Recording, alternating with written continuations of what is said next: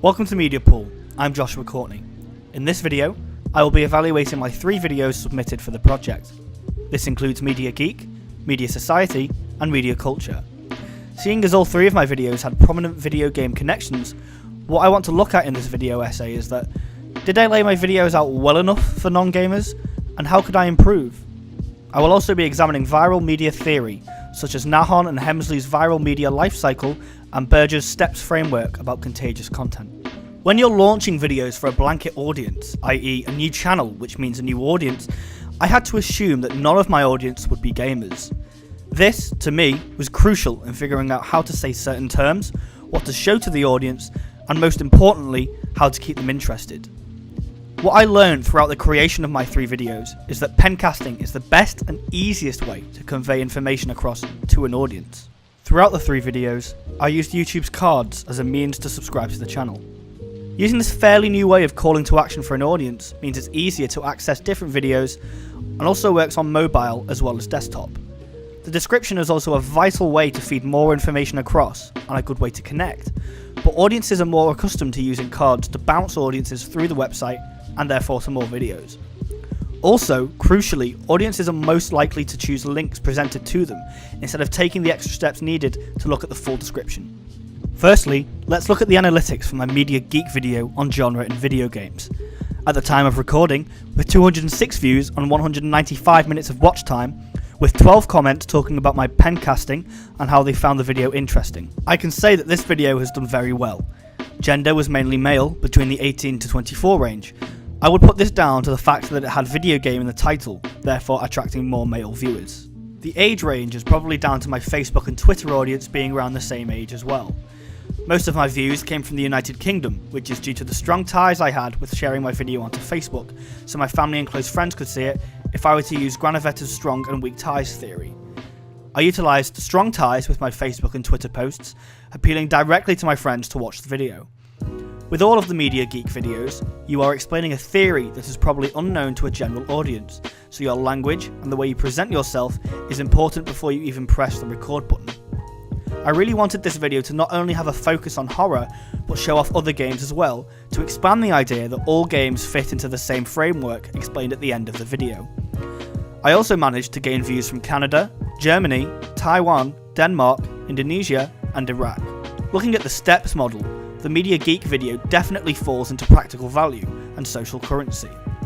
The practical value of a video teaching theory is definitely something you can use, and because it's quite a bespoke theory, many may find it interesting enough to click and watch it, because it's something that they've never heard of before. Because it's a relatively short video, it means it could be shared to other audiences without taking up much of their time, and this applies to all 3 of my videos. When talking about a medium such as games, I also find it useful to make comparisons to movies or other types of media. This enables crossover and may make a theory easier to understand. Using social currency for a video like this is crucial, as sharing theory videos would make a person seem smarter to others. With terms used such as media specificity and particular media theory relating to video games, with quotes from credited theorists like Mark Wolf, it is simple to see why theory videos can be easily fit under social currency. Remaining in the know about such things is sure to impress your friends. Now, my much more niche video is my Media Society video, to do with loot boxes in video games. Right off the bat, this is the video out of the 3 that managed to get the least views. Why? It's a simple answer. People don't watch what they don't know about, hence the term loot box being an unknown term to most non-gamers. The first thing I tried to do to get as many people interested in the subject as possible was the thumbnail, which I was really happy with in the end. I went for a striking colour, so it would stand out amongst everything else, and added actual loot boxes and the logo of the UK government to attract attention to it. In my opinion, it is really important to add what are the main parts of the video to a thumbnail, so the audience can easily figure out what the basis of the video is going to be. Again, I used strong ties to promote my video on Facebook and Twitter, but this time more weak ties were used as it was retweeted and mentioned to other Twitter users' followers.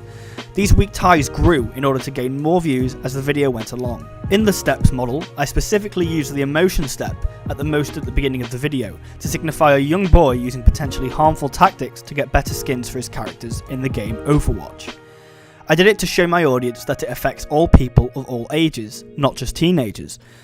Because the loot box situation is currently very hot at the moment, using the trigger section of the steps method was very prevalent to the loot box video. With games such as Overwatch, FIFA, Star Wars Battlefront 2, Shadow of War and Call of Duty World War II bringing about the hottest issue in video games this year, the fact that this video can take away from that and talk about it means that more people would be interested in it and watch it. If we were to use Nahon and Hemsley's viral media lifecycle theory, I can point out similarities in my lifecycle, looking at its creation, decay phase, some revivals, and its peak. Also, according to my audience retention figures, only 21% actually managed to watch the whole video. I can improve on this by perhaps including some different aspects, like gamers' interviews on loot boxes, or some live action to keep it fresh. Like I said at the beginning, it can be difficult to keep audiences' interest on a topic that they don't know much about on to begin with.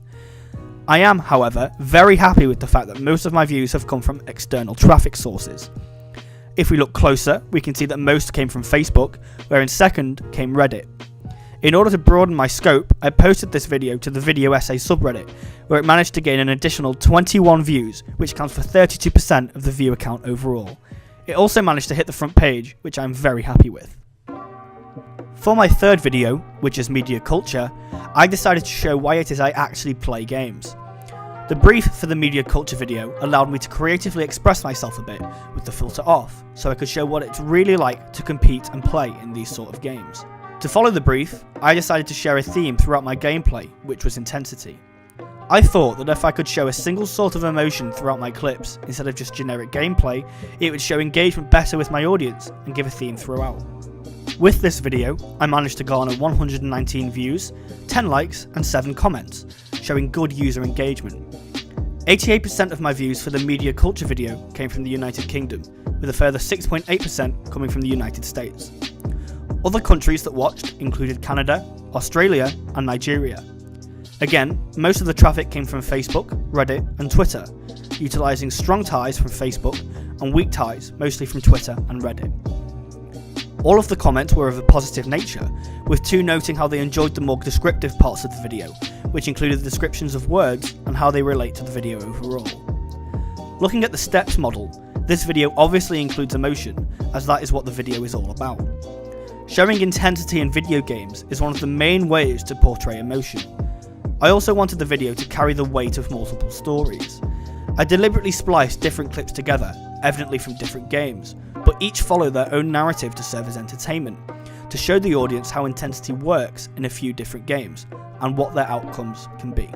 For this video, I had a 61% male and 39% female watch base.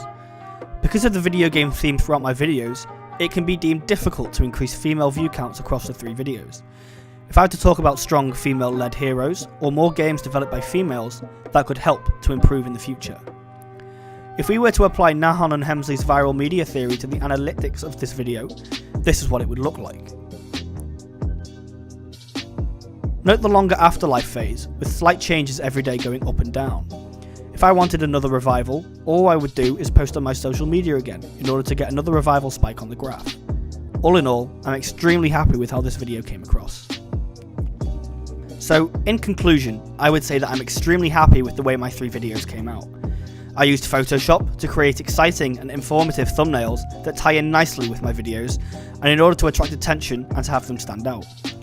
Ways to improve include using different sorts of material to attract different people into the video, and trying to keep your audience sustained for the whole video by means of using more human presence, with more time on camera, for example. The analytics show good user engagement, with many comments and likes across the board. Posting the videos on social media has proved helpful in growing the audience for my 3 videos, as well as word of mouth to family and friends. I feel as if I was successful in making sure that non-gamers fully understood my videos, which was especially important explaining video game genre and talking about loot boxes. Another way to improve could be to post my videos to specialised parts of the internet, which I did with the video essay subreddit, perhaps a gaming forum, or to a video game group on Facebook. I also found it important to reply to as many comments as possible, showing a good interaction with my audience and to keep the connection there.